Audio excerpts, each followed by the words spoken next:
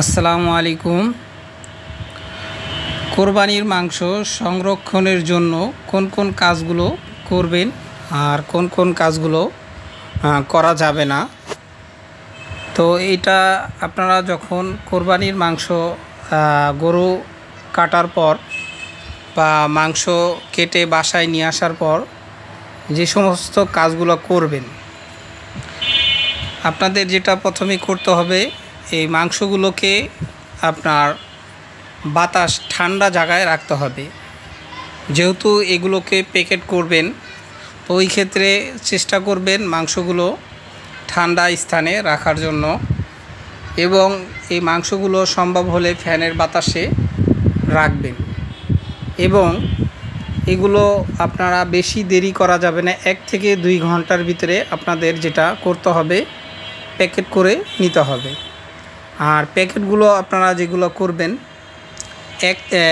2 থেকে 3 কেজি সর্বোচ্চ আপনারা প্যাকেটগুলো করবেন। এটা হলো প্রথমে এই কাজটা অবশ্যই করবেন। আর 2 ঘন্টার ভিতরে চেষ্টা করবেন আপনাদের প্যাকেটের কাজ এবং ফ্রিজের ভিতরে সংরক্ষণ করার কাজটা করে ফেলতে দ্রুত, বেশি এটা দেরি করা যাবে না। তারপরে যেটা করতে হবে,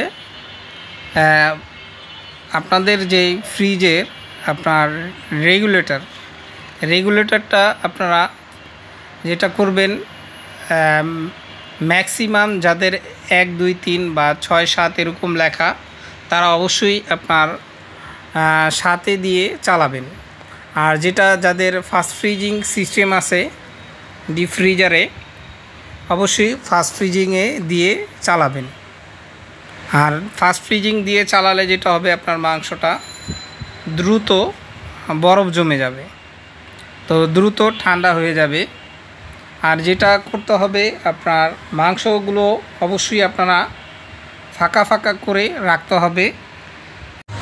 তো ফাঁকা ফাঁকা করে রাখলে, কিছুটা ফাঁকা রাখলেই হবে, একেবারে অনেক ফাঁকা রাখতে হবে না। একটু ফাঁক করে বা একটু জায়গা ছেড়ে রাখলে যেটা হবে, ঠান্ডাটা সব জায়গায় পেয়ে যাবে। বিশেষ করে এটা নন ফ্রস্ট ফ্রিজের ক্ষেত্রে অবশ্যই আপনারা খেয়াল রাখবেন যেন ফাঁকা থাকে, আপনার কিছুটা গ্যাপ থাকে। যেরকম অনেকেই ব্যাক সাইডে দেখা যায় যেখান দিয়ে ঠান্ডাগুলো বের হয়, এই রাস্তাগুলো বন্ধ করে রাখেন, দেখা যায় ঠান্ডাটা পর্যাপ্ত পরিমাণ সে আসতে পারে না। আর ডিপ ফ্রিজের ক্ষেত্রে মোটামুটি রাখলেই চলবে, কারণ যেহেতু এটা ডিপ, এটা ফ্যান সিস্টেম না। যদি কারো নন ফ্রস্ট যে ভার্টিক্যাল ডিপ ফ্রিজ হয়ে থাকে, ওই ক্ষেত্রে অবশ্যই আপনারা কিছু অন্তত ফাঁকা রাখবেন। সেক্ষেত্রে যেটা হবে, বাতাসটা দ্রুত পাবে এবং ঠান্ডাটা সহজেই পেয়ে যাবে মাংসতে। ওই ক্ষেত্রে দ্রুত বরফটা জমে যাবে, কারণ জমতে দেরি করলে এই ক্ষেত্রে যেটা হয়, মাংসটা নষ্ট হয়ে যায়। তো এটা করতে হবে অবশ্যই। আর ডিপ ফ্রিজের ক্ষেত্রে আপনারা হালকা ফাঁকা রাখলেও চলবে। আর যে কাজটা আপনারা আরেকটা যে কাজ করবেন, যদি সম্ভব হয়, যে কম্প্রেসারটা দেখছেন, এই কম্প্রেসারের ঢাকনাটা খুলে দিবেন। যেটা খুলে দিলে যেটা হবে, আপনি ফাস্ট ফ্রিজিং দিয়ে দেখা যায় 3 দিন বা 4 দিন 5 দিন যদি চালাতে চান, ওই ক্ষেত্রে চালাতে পারবেন, ফ্রিজের ওই ক্ষেত্রে অসুবিধা হবে না। তো ঢাকনাটা খুলে দিলে যেটা হবে, কম্প্রেসারটা অতিরিক্ত গরম হবে না। আর গরম না হলে যেটা হবে, এটা সে কন্টিনিউ চলতে পারবে বা সে কন্টিনিউ ঠান্ডাটা দিতে পারবে। কারণ যেহেতু আপনি ফাস্ট ফ্রিজিং দিয়ে ফ্রিজটা চালাবেন বা ম্যাক্সিমাম দিয়ে, যেহেতু আপনার মাংসগুলো জমাট বাঁধতে হবে বা শক্ত হতে হবে। কারণ সময় মতন যদি মাংস যদি না জমতে পারে, যেটা হবে, আপনার মাংসগুলো নষ্ট হয়ে যাবে বা কালো, অনেক সময় নীল হয়ে যায়। তো সম্ভব হলে যেটা করবেন, কম্প্রেসারের সাইডটা ফাঁকা রাখবেন, অথবা কম্প্রেসারের যে ঢাকনাটা আছে, এই ঢাকনাটাকে খুলে দিবেন।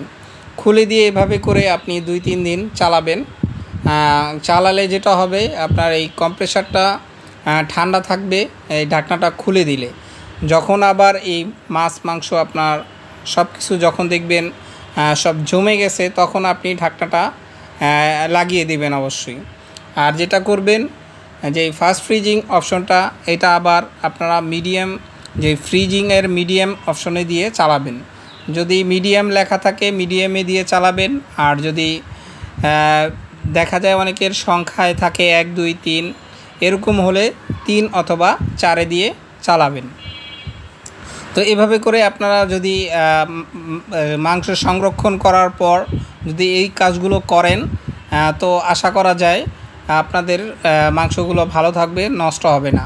আরেকটা যেটা অনেক সময় ভুল করে থাকেন, অতিরিক্ত বারবার ফ্রিজ খুলে দেখেন।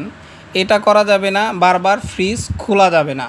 আপনাদের যদি চেক করতে হয়, অনেক সময় বডি গরম থাকে, যদি বডি দেখেন যে গরম হচ্ছে, তাহলে আপনারা বুঝতে পারবেন যে আপনার ফ্রিজটা ঠিক আছে, চলছে। আর একটা বোঝার সহজ উপায় হচ্ছে, আপনি দেখা যাচ্ছে 2 4 6 ঘন্টা বা 10 ঘন্টা পর একবার আপনারা চেক করে নেবেন ভিতরে ঠান্ডা হচ্ছে কি না। যদি দেখেন যে মোটামুটি ঠান্ডা হচ্ছে, তাহলে আর খুলবেন না, কারণ যেটা হয় বারবার খুললে ঠান্ডাটা কমে যায়। আসসালামু আলাইকুম।